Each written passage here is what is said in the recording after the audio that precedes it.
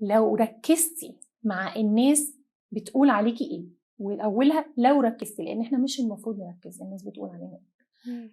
انا لو مكانك طول الوقت لازم تكوني مبتسمه، لانه لو حد احسن اليكي وقال عليكي كلام حلو وقعد يمدح فيكي، فهو احسن اليكي بانه شايف الجانب الحلو منك. صح. هو احسن اليكي، وده من احسان ربنا ليكي، لان هو داير عيوبك فقط لا غير.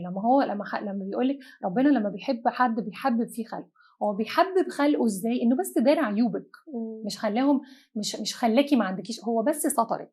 تمام. وتبقي مبتسمه ليه بقى لما حد يتكلم عليكي وحش؟